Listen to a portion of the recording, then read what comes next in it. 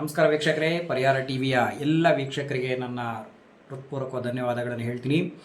ಈ ವಾರದ ವಿಶೇಷ ಕಾರ್ಯಕ್ರಮದಲ್ಲಿ ಈ ದಿನ ಏನು ವಿಚಾರವಾಗಿ ಮಾತಾಡ್ತೀನಪ್ಪ ಅಂತಂದರೆ, ಅನೇಕ ಜನರಲ್ಲಿ ಗುಪ್ತ ಅಂಗದಲ್ಲಿ ಸಮಸ್ಯೆಗಳು ಕಾಣಿಸ್ತಾ ಇರುತ್ತೆ. ಅಂದರೆ ನೋವುಗಳು, ತುರಿಕೆಗಳು, ಕಜ್ಜಿಗಳಾಗಿರ್ಬೋದು.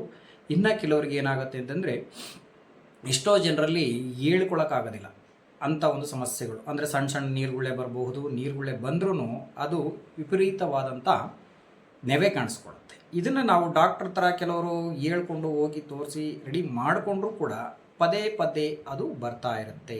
ಅದು ಯಾಕೆ ಬರುತ್ತೆ, ಏನಕ್ಕೆ ಬರುತ್ತೆ ಅನ್ನೋದನ್ನು ಈ ಎಪಿಸೋಡಲ್ಲಿ ನಾನು ಹೇಳ್ತೀನಿ. ಅದನ್ನು ಪರಿಹಾರ ಕೂಡ ಹೇಗೆ ಮಾಡ್ಕೊಳ್ಬೇಕು ಅನ್ನೋದನ್ನು ಕೂಡ ನಾನು ಹೇಳ್ತೀನಿ.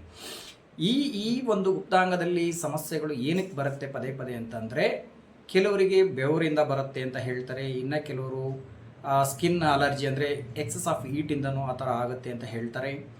ಇನ್ನು ಕೆಲವರು ಡಾಕ್ಟ್ರ್ ಹೇಳ್ತಾರೆ ಅದು ಏನಾದರೂ ಫಂಗಸ್ ಇನ್ಫೆಕ್ಷನ್ ಆಗಿರುತ್ತೆ, ಇಲ್ಲ ಏನೋ ಒಂದು ಅವರು ವಿಚಾರದಲ್ಲಿ ಅವರು ಹೇಳ್ತಾ ಹೋಗ್ತಾರೆ. ಇದು ಅದಲ್ಲ. ಇದು ನಿಮಗೆ ಬಾಡಿಯಿಂದ ಪ್ರಾಬ್ಲಮ್ ಆಗಿ ಬಂದಿತ್ತು ಅಂದರೆ ಡಾಕ್ಟ್ರು ಕೊಟ್ಟ ತಕ್ಷಣ ಮೆಡಿಸಿನ್ ಕೊಟ್ಟರೆ ಅದು ವಾಸಿ ಆಗುತ್ತೆ, ಮತ್ತು ಅದು ಕಾಣಿಸ್ಕೊಳ್ಳುವಂಥ ಚಾನ್ಸಸ್ಸು ತುಂಬ ಕಡಿಮೆ ಇರುತ್ತೆ. ಬಟ್ ಆದರೆ ಕೆಲವರಿಗೆ ಅದು ಪದೇ ಪದೇ ಪದೇ ಕಾಡಿಸುತ್ತಾ ಇರುತ್ತೆ, ಪದೇ ಪದೇ ಬರ್ತಾ ಇರುತ್ತೆ. ಬಟ್ ಅದನ್ನ ಯಾರಿಗೂ ಅವರು ಹೇಳ್ಕೊಳಕ್ಕಾಗೋದಿಲ್ಲ. ಹೇಳ್ಕೊಳಕ್ಕಾಗದೆ ಏನಾಗುತ್ತೆ, ಮಾನಸಿಕ ಖಿನ್ನತೆ ಒಳಗಾಗ್ತಾ ಇರ್ತಾರೆ.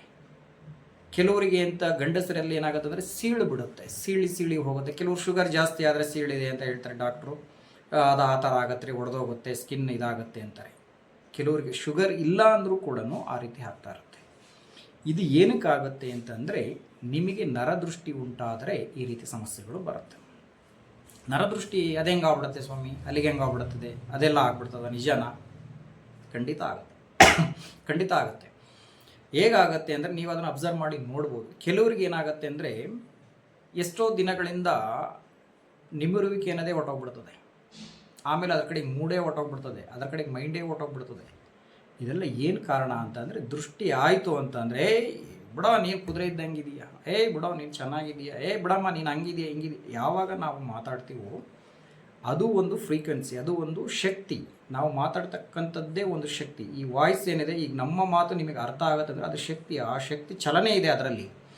ನಾವು ಮಾತಾಡೋಂಥ ಮಾತುಗಳಲ್ಲಿ ಒಂದು ಚಲನೆ ಅಂತ ಇರುತ್ತೆ. ಆ ಶಕ್ತಿಯ ಮುಖಾಂತರ ಅದು ಆಟೋಮೆಟಿಕ್ಕಾಗಿ ಬಾಯ್ ಕಟ್ ಥರ ಆಗ್ಬಿಡುತ್ತೆ, ಅಂದರೆ ಕಟ್ ಆಗಿಬಿಡುತ್ತೆ. ದೃಷ್ಟಿಯಿಂದ ಏನಾಗುತ್ತೆ ಅಂದರೆ, ಆ ಒಂದು ಶಕ್ತಿ, ಚಲನಾಶಕ್ತಿ ಕಮ್ಮಿ ಆಗುತ್ತೆ. ಆವಾಗ ಏನಾಗುತ್ತೆ, ಈ ಥರ ಸಮಸ್ಯೆಗಳನ್ನು ನಾವು ಎದುರಿಸ್ತಾ ಹೋಗ್ತೀವಿ. ಈ ವಿಚಾರವಾಗಿ ಭಾಳಷ್ಟಿದೆ ಮಾತಾಡೋದು. ನಾನು ಇನ್ನು ಬೇರೆ ಬೇರೆ ಎಪಿಸೋಡಲ್ಲಿ ಇದ್ರ ಬಗ್ಗೆ ಮಾತಾಡ್ತಾ ಇರ್ತೀನಿ.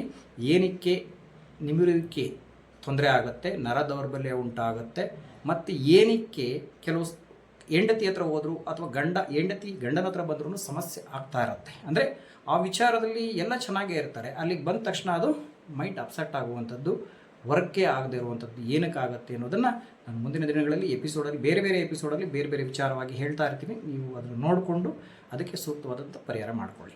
ಈಗ ವಿಚಾರಕ್ಕೆ ಬರೋಣ.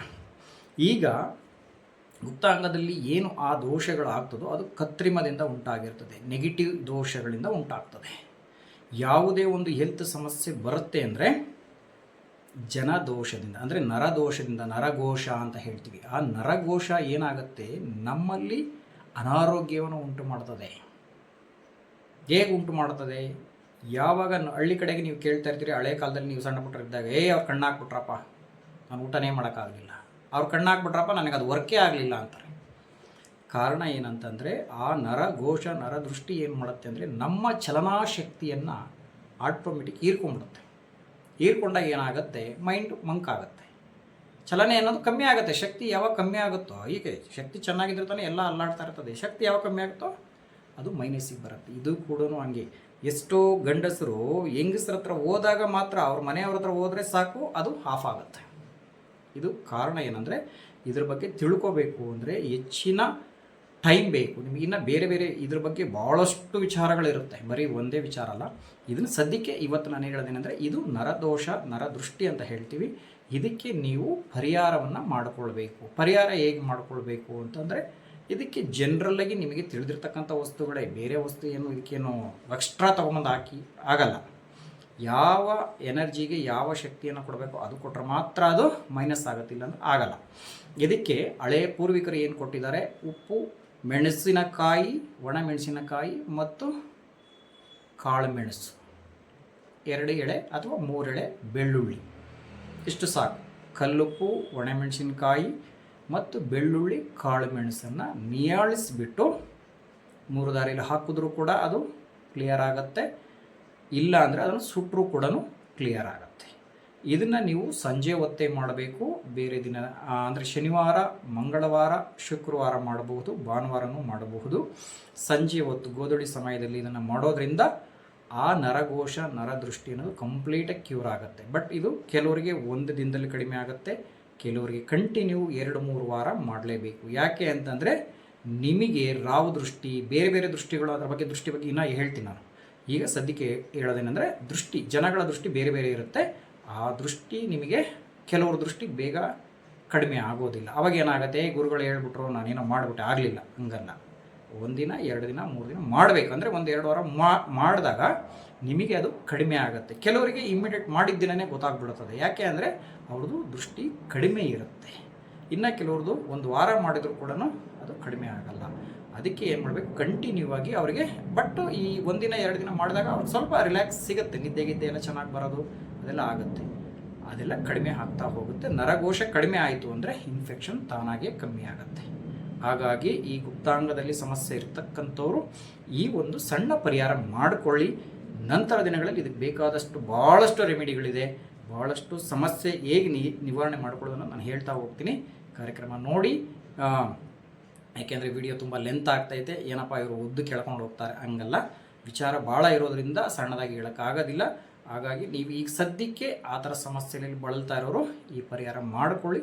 ನಂತರ ದಿನಗಳಲ್ಲಿ ನಾನು ಹೆಚ್ಚಿನ ವಿವರವನ್ನು ಕೊಡ್ತಾ ಹೋಗ್ತೀನಿ. ನೀವು ಕಾರ್ಯಕ್ರಮ ನೋಡ್ತಾ ಇರಿ, ಸಬ್ಸ್ಕ್ರೈಬ್ ಮಾಡಿ, ಲೈಕ್ ಮಾಡಿ ಮತ್ತು ಬೇರೆಯವ್ರಿಗೂ ಸಹ ಇದನ್ನು ತಿಳಿಸಿ ಅಂತ ಹೇಳ್ತಾ ಇವತ್ತಿನ ಒಂದು ಈ ಎಪಿಸೋಡನ್ನು ಮುಗಿಸ್ತಾ ಇದ್ದೀನಿ. ನಮಸ್ಕಾರ.